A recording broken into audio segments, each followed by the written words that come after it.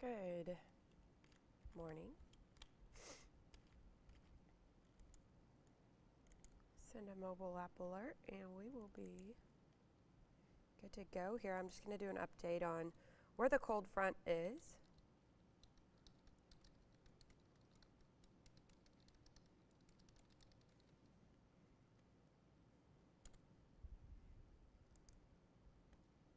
Five, four, three, two, one. Boom. All right.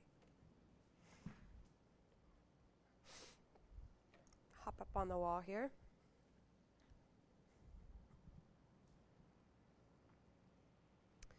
So, good morning. Still, it is morning right now. I'm going to show you a couple of maps here, and then we will talk about where the cold front is, if we're even going to cool down whatsoever, where the rain is, and potentially where the rain is going to be this weekend, because we do have another weekend worth of rain chances. So first and foremost, we'll go over July, and today's August 1. Basically, everything here in blue behind me, these are days that we're below the average for this time of year for each day. So there was only 4 days, the first 2 of July and the last 2 of July, that we were above average. Just kind of a cool summer that we've had. This one shows you also a wet summer that we've had. Now, after the front half of the month, things calmed down significantly, more close to the norm. But typically we have 4 days of rain, and obviously we were well above average, 4.5 inches in fact. Again, most of that being from the front half of the month. So right now, looking out over Killeen, pre-front in Killeen, 92 feeling like 99. It is 11:32. Yes, we will go back up into the upper 90s by 4 o'clock is typically the hour that we're hitting our high temperatures this time of year, unless something like a front is impacting you. Winds right now relatively calm. Current temperatures. This explains there's a cold front. Comanche Brownwood, 80 degrees right now. 93 Temple, 93 Waco. So you're seeing almost a 15-degree change right around where that frontal boundary is. Also, they're going to have more cloud cover, as you can see on satellite radar. So the further north and northwest that you go, the more likelihood you are being impacted by this front.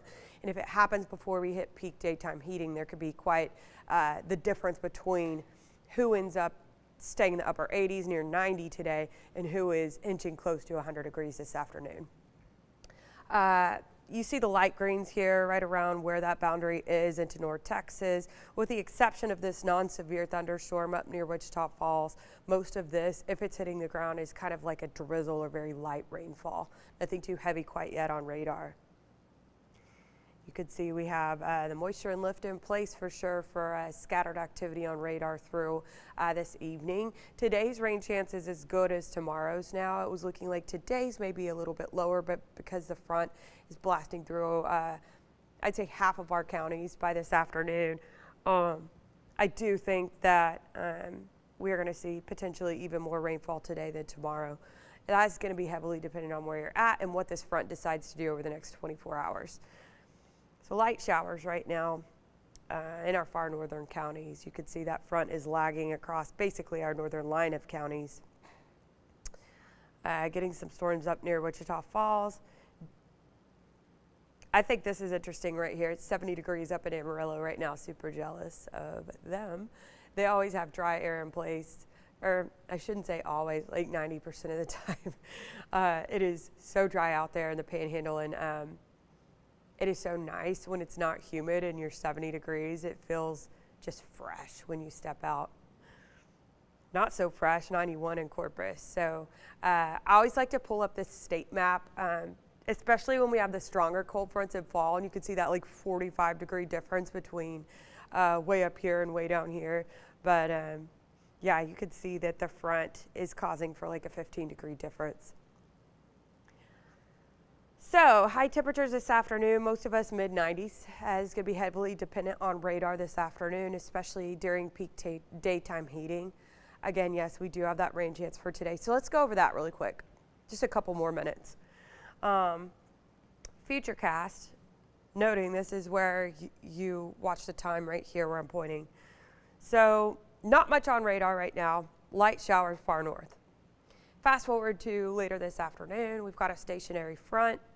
That's essentially the cooler, drier air colliding with the warmer, more humid air mass, and it's like they struggle. We go back and forth, and a lot of times these fronts will stall out across our portion of Texas because of that.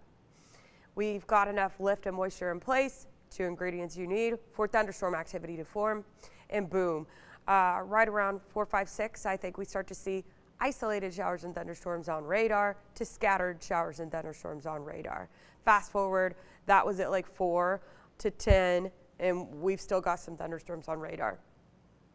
So yes, there's a decent likelihood we are seeing scattered activity. Can't pinpoint exactly what town this is going to be in, but as you can tell, it's not only west of I-35 or only up by I-20 or only along I-45. It is pretty scattered in nature, meaning it could be anywhere across the viewing area.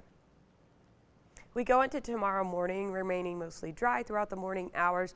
A couple of showers could pop up. We head into Saturday PM, a little bit better of a chance to see more widespread of activity on radar.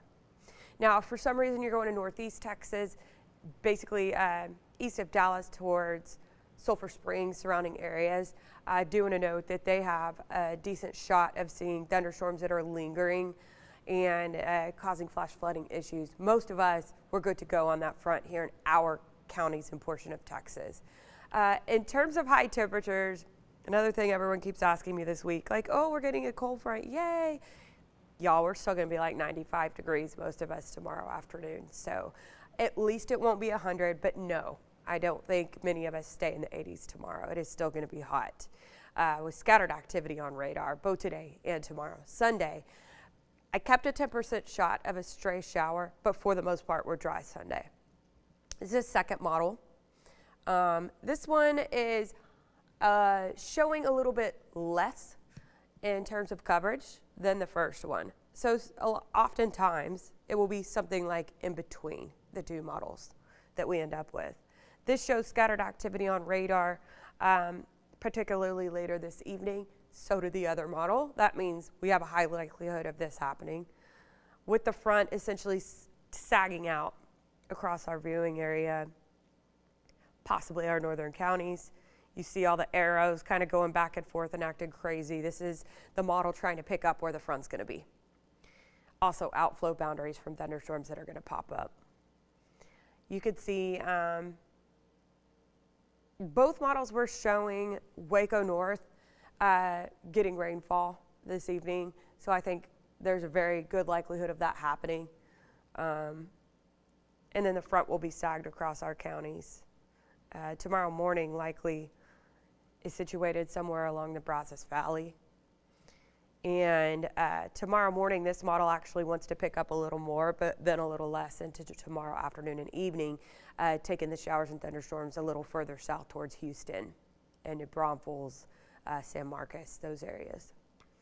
So just to recap, the 7-day forecast tells this story. Rest of today, I'd put it about 40% shot. You're seeing scattered activity on radar this afternoon and evening. The further north that you are, better likelihood you see the activity today.